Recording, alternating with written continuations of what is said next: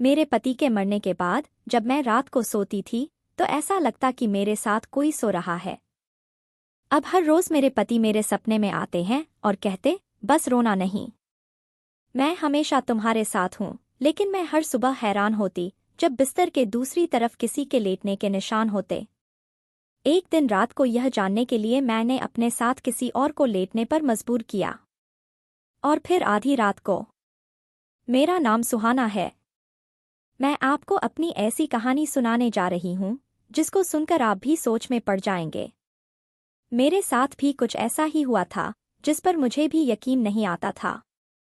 लेकिन जो कुछ मेरे साथ हुआ मेरे लिए यकीन करना जरूरी बन गया था। मगर मैं सच्चाई का पता लगाना चाहती थी।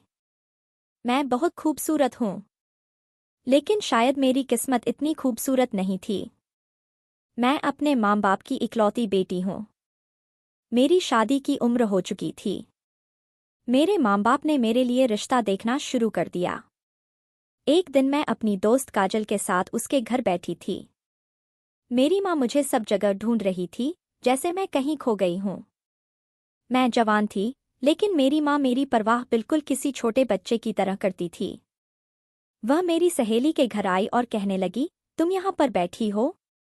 घर चलो जल्दी, तुम्हें देखने के लिए रिश्ते वाले आए हैं। और तुम्हारा मोबाइल कहाँ है? मैं तुम्हें कितनी देर से कॉल कर रही हूँ, लेकिन तुम्हारा नंबर बंद जा रहा है। अपना फ़ोन क्यों बंद कर रखा है तुमने? मैंने माँ से कहा, मेरे फ़ोन की बैटरी खत्म हो गई होगी, शायद इसीलिए बंद हो गया होगा। मैं अपने घर जाने के लिए तैयार हो गई। तभी मेरी सहेली मेरे साथ चलने लगी। घर जाते जाते मैंने थोड़ा सा मेकअप कर लिया और चाय को हाथ में लेकर लड़के वालों के सामने चली गई। वो लोग मुझे देखकर हैरान ही रह गए।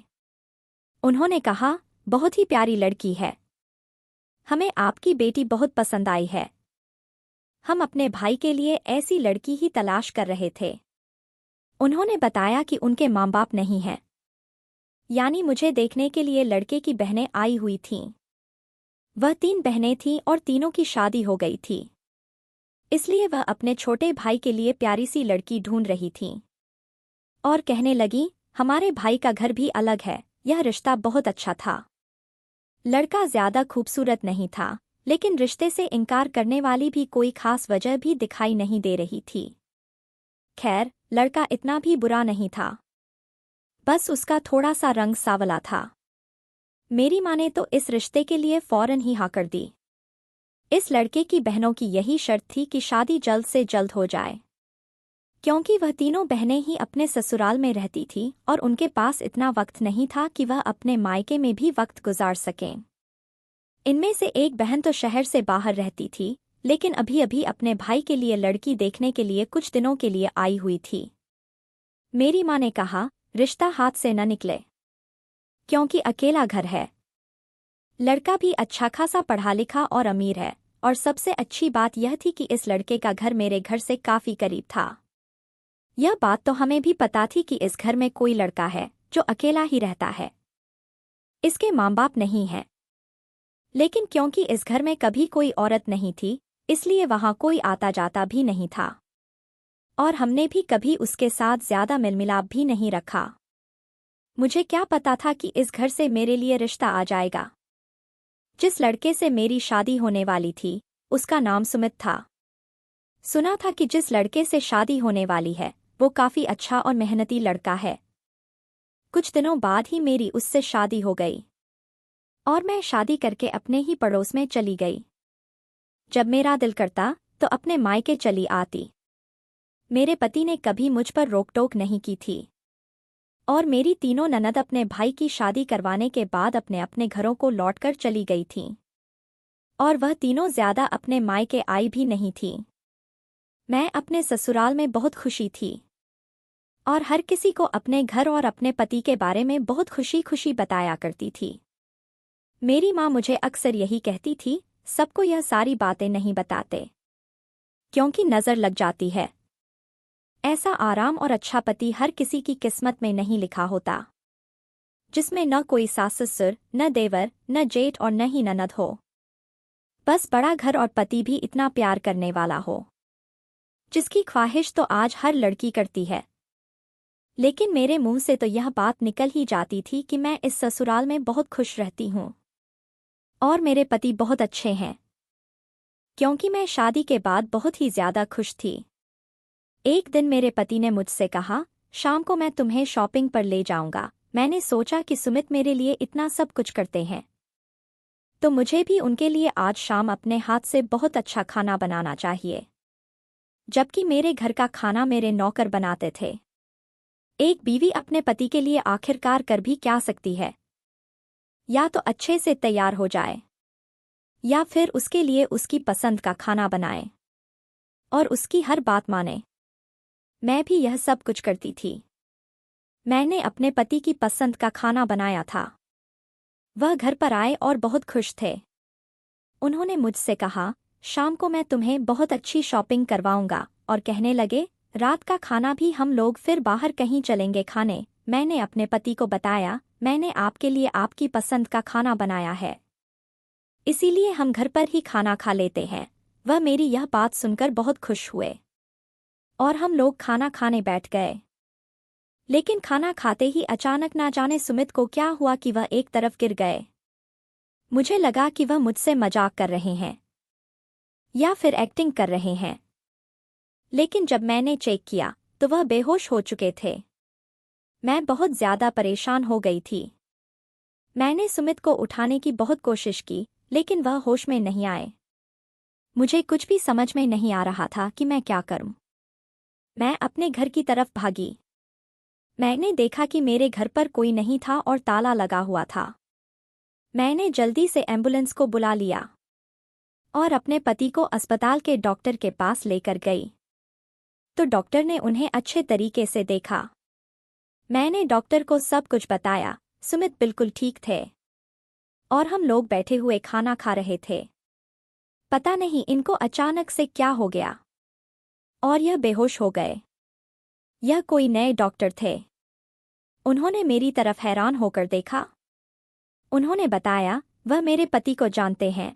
वह कहने लगे, यह तो मेरे भाई का दोस्त है। मैंने कहा, देखिए ना जाने मेरे पति को क्या हो गया है। प्लीज आप इनको ठीक कर दीजिए। वह सुमित को अंदर ले गए और इधर मैं काफी परेशान होकर बाहर ही बैठ गई थी। मेरे हाथ पैर कांपने लगे थे। मुझे कुछ भी समझ में नहीं आ रहा था कि यह सब क्या हो गया है। डॉक्टर बाहर आए। मैं अचानक ही खड़ी हुई और उनके पास जाकर पूछा, बताइए डॉक्टर, मेरे पति को क्या हुआ है? उन्होंने मुझसे कहा, आपके पति को हार्ट अटैक आया था और अब उनकी आखिरी सांसें चल रही हैं। यह सुनकर तो मेरे कदमों तले से जमीन निकल गई। डॉक्टर ने कहा, अपने पति से आप मिल सकती हैं। वैसे हम ऐसे मरीज से किसी को भी मिलने नहीं देते हैं, लेकिन आपके पति मेरे भाई के दोस्त हैं, इसलिए हम आपको अंदर जाने की इजाजत दे देते हैं। वह डॉक्टर बहुत अच्छे थे। उनका नाम डॉक्टर रतन था। वह शायद इस अस्पताल के नए डॉक्टर थे। वह बहुत ही जवान थे और कम उम्र के भी डॉक्टर थे। मैंने उनको थैंक यू कहा और मैं अंदर चली गई। लेकिन अंदर गई तो पता चला कि मेरे पति अब इस दुनिया में नहीं रहे। शायद मैंने देर कर दी। मैं बहुत बुरी तरह से रोने लगी। मेरी हालत बहुत अजीब हो गई थी। मेरे पति की मौत के बाद मेरे माँ बाप मुझे अपने घर ले गए थे। अपने पति की मौत के बाद मैं अपने कमरे में बैठी रो रही थी। रोते रोते ही मेरी आंख लग गई और मैं गहरी नींद में चली गई। जब मेरे पति मेरे सपने में आए और उन्होंने आकर मेरा हाथ पकड़ा, मेरे सिर पर प्यार से हाथ फेरा और कहने लगे, तुम्हें रोने की कोई जरूरत नहीं है, क्योंकि मैं तुम्हें रोता हुआ नहीं देख सकता। मैं चाहता हूं कि तुम पहले की तरह खुश रहो, जैसे तुम पहले रहती थी, और तुम्हें अपने मायके में रहने की कोई जरूरत नहीं।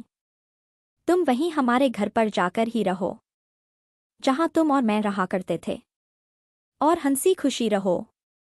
तुम फिक्र मत करो, सब कुछ ठीक हो जाएगा। मैंने कहा, सुमित, तुम्हारे बगैर कैसे कुछ ठीक हो जाएगा? मैं तो तुमसे बहुत मोहब्बत करने लगी थी। तुम्हारे बिना कुछ ठीक नहीं हो सकता। और मैं तुम्हारे बिना नहीं रह सकती। मुझे तुमसे मोहब्बत हो गई है। मैं तो सारी जिंदगी तुम्हारे साथ गुजारना चाहती थी। और अभी हमारी शादी को 2 महीने ही तो हुए थे और तुम मुझे छोड़कर चले गए। उन्होंने कहा, किसने कहा मैं तुम्हें छोड़कर चला गया हूं? मैं तुम्हें छोड़कर गया ही नहीं हूं। मैं तो यही हूं तुम्हारे पास। मैं हमेशा तुम्हारे साथ ही रहूंगा। लेकिन यह याद रखना कि जब भी तुम्हें मुझसे मिलना हो तो उसके लिए तुम्हें हमारे घर आना पड़ेगा। वहां मैं हमेशा तुम्हारे साथ रहूंगा। मैंने सपने में अपने पति का हाथ पकड़ लिया और कहा, सुमित प्लीज मुझे अकेला छोड़कर मत जाना। मैं तुम्हारे बिना नहीं जी सकती। अचानक से तभी मेरी आंख खुल गई और देखा कि मेरे आसपास तो कोई भी नहीं है। मैं अपने सपने को याद करके खूब रोने लगी। काश यह सपना सच होता और सुमित मेरे सामने होते। मेरे पति को गुजरे हुए अभी 10 दिन हो गए थे। इस दौरान मेरी दोस्त काजल भी मुझसे मिलने के लिए कई बार आ चुकी थी। बेचारी मेरे पास आकर मुझे तसल्ली दिया करती थी और मुझे चुप कराती थी, इतना नहीं रोते। बस करो, तुम अपनी तबीयत खराब कर लोगी। मैं काजल से गले लगकर खूब रोती थी। मैंने अपने सपने के बारे में सिर्फ काजल को ही बता रखा था। काजल ने जब मेरे सपने के बारे में सुना तो उसे मेरे सपने पर यकीन नहीं हुआ था, क्योंकि वह सपनों में विश्वास नहीं रखती थी। लेकिन उसने मुझे कुछ नहीं कहा। मैं भी यह समझती थी कि यह सिर्फ एक सपना ही है जो मेरे शांत दिमाग ने बनाया है। लेकिन अगर यह सच होता तो कितना अच्छा होता। मैं अपने पति से सपने में आखिरी बार मिली थी। उन्होंने मेरा हाथ पकड़ा और मुझे गले से लगा लिया। मेरे लिए यही काफी था। जब कुछ दिन गुजर गए तो मैं अपनी माँ से बोली, मैं अपने ससुराल जाना चाहती हूँ और मैं यहाँ पर नहीं रहना चाहती। अपने पति के घर पर रहना चाहती हूँ। मेरी माँ ने मुझसे कहा, तुम वहाँ अकेले कैसे रहोगी? मैंने कहा, मेरा घर करीब ही तो है, एक गली का भी फासला नहीं है। अगर मुझे कुछ परेशानी हुई तो मैं यहाँ पर आ जाया करूँगी, लेकिन मुझे वहीं पर रहना है। मुझे वहीं पर सुकून मिलेगा। मेरी माँ मुझे मना कर रही थी, मगर मेरे पापा ने कहा, अगर इसे वहाँ खुशी मिलती है तो इसे वहाँ जाने दो। कुछ दिन में यह नॉर्मल हो जाएगी तो फिर वापस आ जाएगी। इनको यही लगता था कि मैं पागलों की तरह रवैया कर रही हूँ। कुछ दिनों में मैं ठीक हो जाऊंगी और उनकी इस बात से मैं दुखी हो गई थी। मेरे माँ बाप मेरी हर बात मानते थे और मेरा बहुत ख्याल रख रहे थे। उन्होंने मुझे उस घर में रहने की इजाज़त दे दी थी। वैसे भी मेरा घर ज्यादा दूर नहीं था। मैं रात को अपने कमरे में आई। वही मेरा कमरा था जहां मैं और मेरे पति रहते थे। मैंने बिस्तर को ऐसे ही सेट किया जैसे रोज रात को सोने से पहले किया करती थी और अपनी जगह पर आकर मैं सो गई। मेरे दिमाग में सिर्फ सुमित ही आ रहे थे और मैं खूब रो रही थी और आंखों से आंसू रुक ही नहीं रहे थे। अचानक ही कमरे में कुछ हुआ। मैंने लाइट ऑफ करके चुपचाप लेट गई थी। मुझे फिर ऐसा लगा जैसे पीछे मेरे पति की जगह पर कोई आकर लेट गया है। मेरे कदमों तले से जमीन निकल गई। मेरी सांसें तेज हो गईं और मेरे दिल की आवाज मेरे कानों में गूंजने लगी। मेरे अंदर हिम्मत ही नहीं थी कि मैं पलट कर देखूं। मैं बहुत ज्यादा डरने लगी थी। जब कोई इस दुनिया से चला जाता है तो इंसान चाहता है कि वह कहीं से भी वापस आ जाए और हम उसको देख सकें। लेकिन यह एहसास जिंदगी में इतना खौफनाक होगा मुझे अंदाजा भी नहीं था।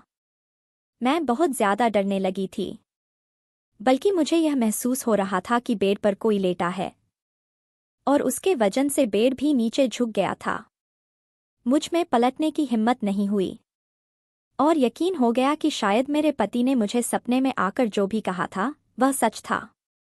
शायद वह सपना नहीं था, वह सचमुच मेरे साथ थे और मेरे पीछे लेटे हुए थे।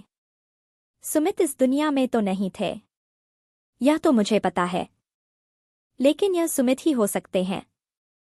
मुझे उनकी सांसों की आवाज और उनकी खुशबू महसूस हो रही थी। मैंने आंखें बंद कर लीं और महसूस किया कि वह मेरे साथ हैं। और मैं सो गई। सुबह जब मैं उठी तो यह देखकर हैरान थी कि जिस जगह पर सुमित लेटे थे उस जगह का बिस्तर भी खराब हो चुका था। इसका मतलब वह रात को यहाँ पर आए थे। उन्होंने मुझसे कहा था कि वह हमेशा मेरे साथ रहेंगे और रोज रात को मुझसे मिलने के लिए आया करेंगे, लेकिन सिर्फ अपने घर में ही आएंगे। अगले दिन मैं अपनी माँ की तरफ चली गई। उन्होंने मुझे रात को अपने पास ही रोक लिया क्योंकि बाहर बहुत तेज बारिश हो रही थी। उन्होंने कहा, आज रात जाने की कोई जरूरत नहीं है। आज तुम यहीं पर रुक जाओ। लेकिन आज रात मेरे साथ ऐसा कुछ भी नहीं हुआ। अपने मायके में आकर मुझे कोई भी सपना नहीं आया, लेकिन मुझे तो अपने पति के साथ रहना था क्योंकि मुझे उनसे बात करनी थी। मुझे उन्हें महसूस करना था। इसलिए मैंने इरादा कर लिया कि मैं अपने पति के ही घर में रहूंगी। अगले दिन जिद करके मैं अपने घर चली गई। रात होते ही फिर से यही एहसास महसूस होने लगा। इस बार अचानक से मुझे ऐसी नींद आई कि मुझे कुछ पता ही नहीं चला कि मैं कहाँ हूँ। लेकिन जब सुबह उठी तो मेरा दिल बहुत हल्का हो चुका था।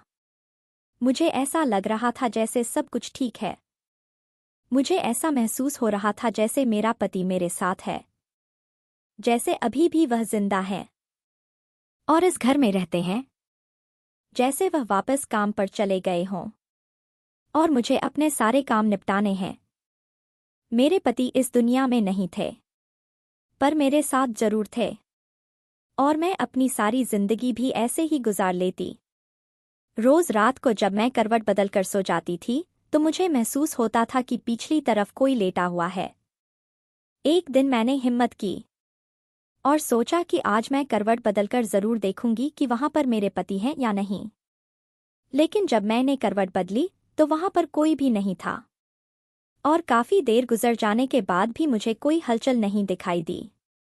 इसका मतलब वह नहीं चाहते थे कि मैं उनको देखूं। मैं सिर्फ सुमित को महसूस कर सकती थी और मेरे लिए इतना ही काफी था और मैं यही कर रही थी।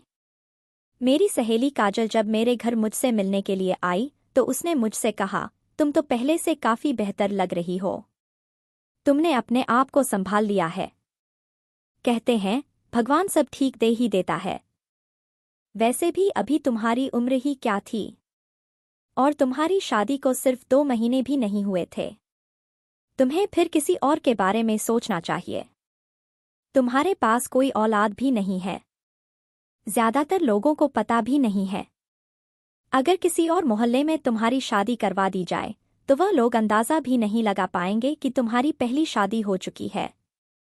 मैंने काजल से कहा, इस तरह की बातें मुझसे मत करो। मैं अपनी जिंदगी में बहुत खुश हूँ।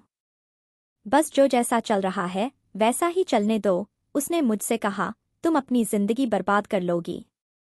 कितना वक्त गुजारोगी अकेले में? इंसान अकेले अपनी पूरी जिंदगी नहीं गुजार सकता और औरत तो कभी अपनी जिंदगी नहीं गुजार सकती। मैंने कहा, मुझे कोई परेशानी नहीं है। बस मैं अपनी जिंदगी में बहुत खुश हूँ। मुझे रात को बहुत अजीब अजीब तरह के सपने भी आने लगे थे।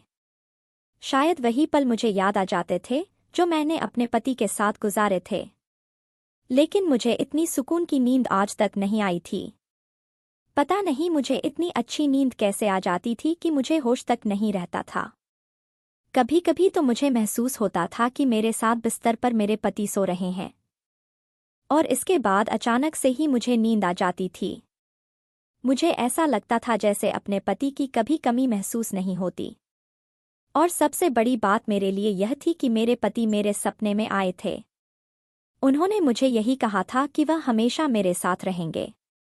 जिस दिन मैं अपनी माँ के घर जाती थी उसी दिन ऐसा कुछ भी नहीं होता था। अब तो मेरी माँ को भी मेरी फिक्र होने लगी थी क्योंकि मेरी हरकतें बहुत अजीब सी हो गई थीं। कभी कभी बैठे बैठे मैं मुस्कुराने लगती और कभी अपने पति के बारे में सोचकर खुद से ही बातें करने लगती थी। मेरी माँ ने मुझसे कहा, तुम्हें अकेला नहीं रहना चाहिए। रात को तुम्हारे पापा भी गुस्सा कर रहे थे। बस हम तुम्हारी दूसरी शादी कर देंगे। मैंने कहा, मैं दूसरी शादी नहीं करूंगी। शादी करने की बात आप अपने दिमाग से निकाल दीजिए। पहले मैंने आप लोगों की मर्जी के मुताबिक शादी कर ली थी। फिर क्या हो गया मेरे साथ? किस्मत ने यह क्या कर दिया? अब मैं फिर से शादी नहीं करना चाहती। मैंने यह बात ऐसे कही थी जैसे यह मेरा आखिरी फैसला है। माँ भी काफी परेशान हो गई थी और उन्होंने काजल को कहा, तुम ही इसको समझाओ। वह भी बार बार मुझसे बात करने के लिए आई थी। एक दिन वह मुझे अपने घर ले गई। उसके घर में फंक्शन हो रहा था। वहां पर बहुत सारे मेहमान बैठे हुए थे। तभी मेरी नज़र उस डॉक्टर पर पड़ी जिसने मेरे पति का इलाज किया था। मैंने काजल से पूछा, यह यहाँ पर क्या कर रहा है? तो काजल ने मुझे बताया, दरअसल यह मेरा दोस्त है और यह मेरे साथ में ही पढ़ता था। मैंने कहा, तुमने कभी इसके बारे में मुझे बताया ही नहीं। फिर उसने बताया, वह बहुत अमीर है और दूसरे शहर में रहता है और अब उसकी जॉब यहाँ के ही एक अस्पताल में लगी हुई है। इसीलिए यह अभी यहीं पर शिफ्ट हो गया है। इसलिए अब यह मेरे घर भी आता जाता रहता है। मैंने कहा, यह वही डॉक्टर है जिसके हाथों में मेरे पति ने अपनी आखिरी सांस ली थी। काजल ने मुझे बताया, उसको पता है। वह तुम्हें जानता है और तुम्हारे पति को भी जानता है, क्योंकि उसके भाई के साथ तुम्हारे पति की दोस्ती थी और यह दोनों एक दूसरे के साथ काम किया करते थे। काजल ने कहा, शायद मेरी शादी भी इसी के साथ हो, क्योंकि मेरी फैमिली को यह लड़का बहुत पसंद आया है और हमारे रिश्ते की बात भी चल रही है। हम दोनों एक दूसरे से कभी कभी बात कर लिया करते हैं। मैंने कहा, मुबारक हो, जल्द ही तुम्हारी इस लड़के से शादी हो जाए। डॉक्टर की बीवी बनना तो बड़ी बात होती है और यह इंसान देखने में भी काफी हैंडसम था और नेचर भी उसका अच्छा था। वो कहने लगी, देखो क्या होता है आगे। मैं अपनी सहेली के लिए बहुत खुश थी। मैं हर वक्त अपने पति के बारे में सोचती रहती थी। वह वक्त जो मैंने अपने पति के साथ गुजारा और फिर जो मेरे साथ हुआ। जिस तरह से सुमित अचानक से इस दुनिया से चले गए। हम लोग जब साथ में बैठे थे, प्यार मोहब्बत की बातें कर रहे थे। सुमित कह रहे थे, मैं तुम्हें शॉपिंग पर लेकर जाऊंगा, आज तुम बहुत खुश हो जाओगी। और वह मेरी जिंदगी का सबसे मनमोहक दिन था। मुझे नहीं पता था कि मेरे पति को दिल का दौरा पड़ा है।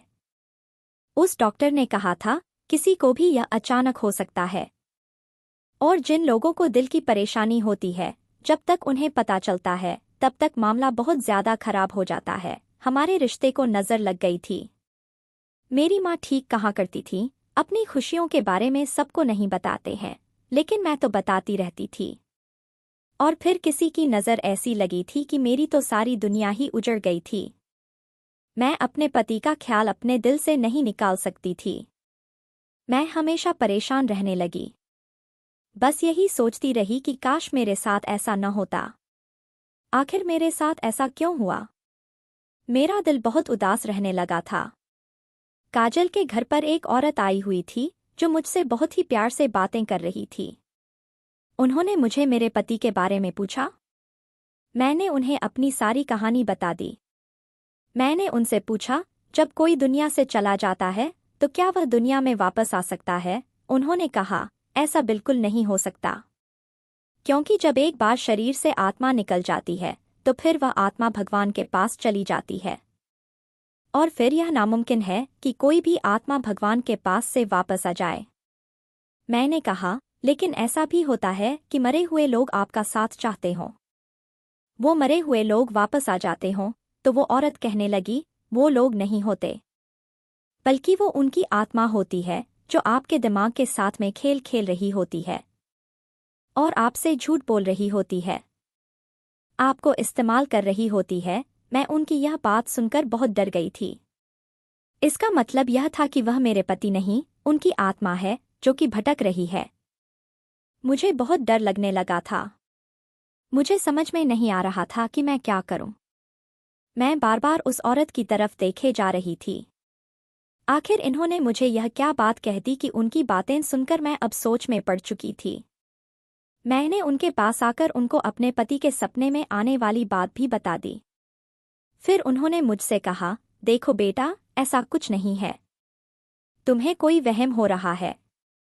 उन्होंने मुझसे कहा, तुम एक काम करो, तुम उस घर में अकेले रहना छोड़ दो, क्योंकि जब तक तुम अकेले रहोगी तुम्हें यह वहम होता ही रहेगा। मैंने कहा, अगर मैं अपने मायके में होती हूँ तो तब तो ऐसा नहीं होता। उन्होंने कहा, ठीक है, तो तुम उस घर में नहीं रहो, वहां पर क्यों रहती हो?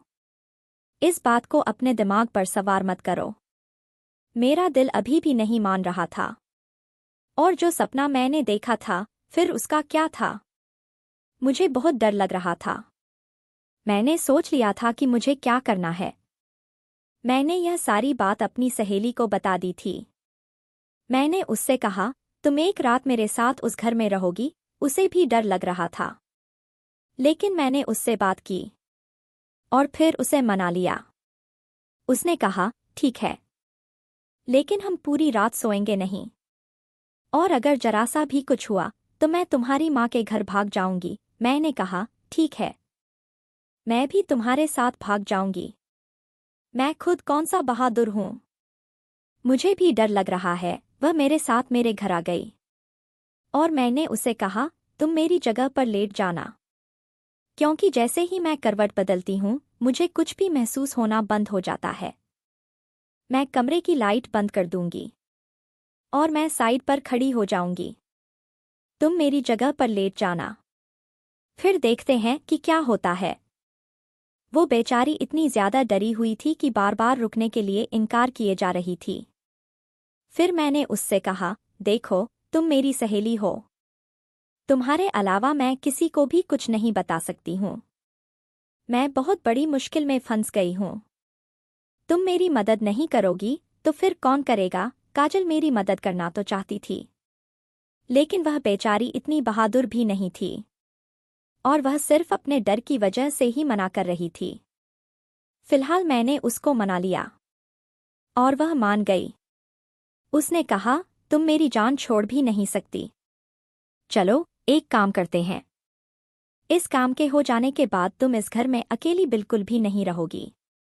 तुम मुझसे इस बात का वादा करो, यहाँ चाहे जो भी हो, इसके बाद तुम यहाँ पर नहीं रुकोगी और दूसरी शादी भी करोगी। मैंने कहा, ठीक है, मैं ऐसा ही करूंगी, लेकिन अभी तो मेरी मदद कर दो। मैं पर्दे के पीछे छुप गई। मैंने आज कमरे में थोड़ी सी रोशनी भी कर दी थी, लेकिन अभी भी कोई ज्यादा रोशनी नहीं थी, बस इतनी थी कि ठीक से थोड़ा बहुत नजर आता था। मेरी सहेली मेरी जगह पर लेट गई और बिल्कुल वैसे ही जैसे मैं लेट जाती थी। उसका चेहरा मेरी तरफ था।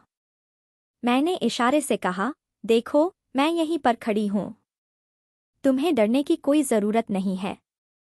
वह शक्ल से बहुत ज्यादा डरी हुई लग रही थी। मैं बेड की तरफ ही देख रही थी। अभी तो वहां पर कुछ भी नहीं था, लेकिन यह भी तो हो सकता था कि मुझे सुमित की आत्मा दिखाई ही न दे। लेकिन जिस तरह से वह बिस्तर खराब हो जाता था और बेड पर भी मुझे वजन महसूस होता था, इसका मतलब यह है कि अगर वहां कोई आता तो मुझे जरूर नजर आता। वक्त इसी तरह से आगे बढ़ने लगा और रात के 2 बज गए और मेरी आंखों ने फिर ऐसा मंजर देखा कि मेरे पैरों तले से जमीन निकल गई। इस घर में खिड़की से कोई अंदर आया। वो कोई आदमी था, लेकिन उसका कद मेरे पति से ज्यादा लंबा था और थोड़ी देर के बाद उसके पीछे 3 और आदमी अंदर आए, जिसमें से एक आदमी एक तरफ खड़ा हो गया और जो 2 आदमी पहले आए हुए थे उन्होंने एक रुमाल पर कोई दवा लगाई और मेरी सहेली की नाक के करीब ले जाने लगे, जो आंखें बंद किए हुए लेटी थी। इतने में ही मैंने चीखना चिल्लाना शुरू कर दिया। वह लोग भी चौंक गए और मैंने लाइट ऑन कर दी, लेकिन सबसे ज्यादा मेरी सहेली हैरान थी, क्योंकि इस कमरे में जो शख्स खड़ा हुआ था वह उसका मंगेतर था, यानी कि वही डॉक्टर जिसके हाथों में मेरे पति ने दम तोड़ा था। और उसके साथ 3 और लोग भी थे। मैंने साइड पर रखा हुआ डंडा उठा लिया और कहा, आगे बढ़ने की कोशिश की तो मैं तुम लोगों की जान ले लूंगी। मेरी सहेली भी मेरे पीछे छुप गई और वह उससे कहने लगी, तुम यहाँ पर क्या कर रहे हो? और यह लोग कौन हैं? उस डॉक्टर ने उन लोगों को तुरंत ही वहां से भगा दिया और कहने लगा, मेरी बात तो सुनो पहले। मैं तुम लोगों को सब कुछ सच सच बताता हूँ। डॉक्टर भी बहुत ज्यादा घबरा गया था, लेकिन मैं उसकी कहानी समझ चुकी थी। मैंने अपने नंबर से अपने पापा को कॉल मिला दी, लेकिन इस तरह से उन्हें सब बताया कि उनको पता न चले। थोड़ी देर बाद वहां मेरे पापा भी पहुंच गए, क्योंकि मैंने घर के दरवाजे पर लॉक नहीं लगाया था। और मेरी माँ भी आ गई थी। उन्होंने डॉक्टर को पकड़ लिया और एक तरफ बिठा लिया। इसके बाद उसने सारी सच्चाई बता दी, जिसको सुनकर हम सबके होश उड़ गए थे। पहले तो वह कुछ बता ही नहीं रहा था, लेकिन शायद मेरे पापा यह बात समझ चुके थे, इसलिए वह बार बार उस पर हाथ उठा रहे थे और वह चुपचाप मार खा रहा था, क्योंकि उसकी गलती थी। और काजल बहुत परेशान हो रही थी, क्योंकि उसका होने वाला पति था और उसका यहाँ क्या काम था। और जिन लोगों को वह अपने साथ में लेकर आया था, वह पता नहीं कौन लोग थे, लेकिन उसने उनको टाइम पर ही भगा दिया और खुद वह हमारे हाथ लग गया था। फिर उसने बताया, उसे यह बात पता थी कि मैं इस घर में बिल्कुल अकेली रहती हूँ और मेरी दिमागी हालत भी इस वक्त ठीक नहीं चल रही है, इसीलिए मैं रात को यहाँ पर आ जाता हूँ और इसे क्लोरोफॉर्म सुंघाकर बेहोश कर दिया करता था।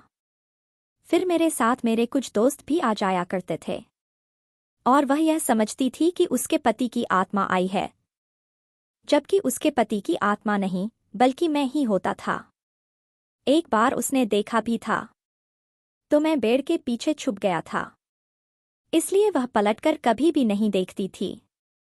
मेरे पापा ने उस डॉक्टर के मुंह पर थप्पड़ दे मारा, लेकिन मैं यह सोच रही थी कि इसको यह सब कुछ कैसे पता चला कि मैं अपने पति के बारे में इस तरह से सोचती हूँ। इसको इस बारे में किसने बताया? क्योंकि मुझे तो यह सब कुछ सपने में आया था। जब मैंने उससे सवाल किया तो उसने काजल की तरफ देखा और काजल ने अपना सिर झुका लिया। काजल ने बताया, हम दोनों एक दूसरे से फोन पर बात करते थे।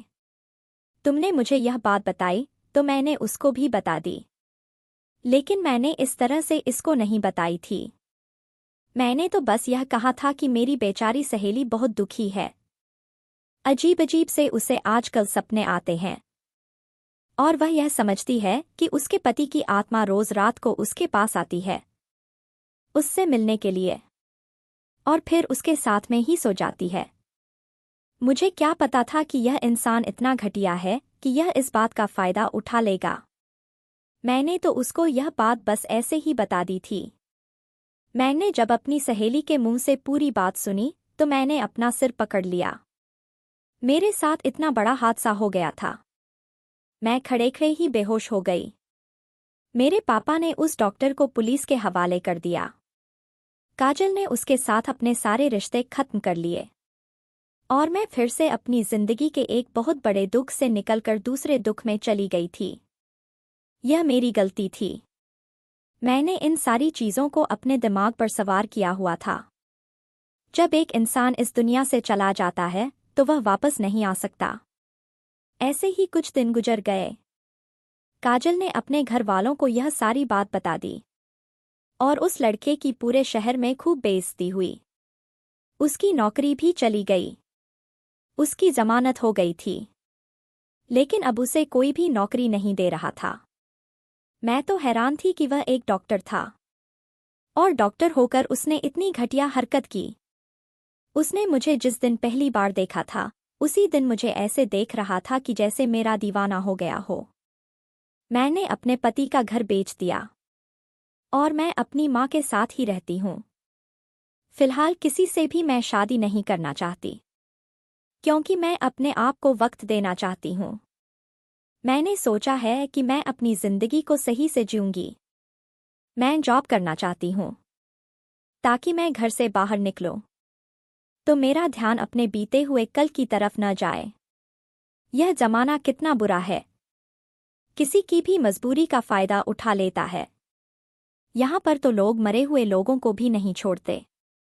मुझे अंदाज़ा नहीं था कि मेरी किस्मत इतनी भी बुरी हो सकती थी। पता नहीं मुझे किसकी नज़र लग गई थी। क्या किसी ने यह सब कुछ मेरे साथ करवाया था? या मेरे लिए बद्दुआ की थी? मैं कुछ भी नहीं जानती थी। लेकिन मेरे साथ बहुत बुरा हुआ था। मैं अपने आप को बिजी रखना चाहती हूँ। फिलहाल तो मुझे अच्छी नौकरी मिल गई है और मैं अपनी जिंदगी में आगे बढ़ने की कोशिश कर रही हूँ। तो दोस्तों, आपको यह कहानी कैसी लगी? हमें कमेंट करके ज़रूर बताएं। और प्लीज़ इस कहानी को ज़्यादा से ज़्यादा शेयर और लाइक करके मेरे चैनल को सपोर्ट करें।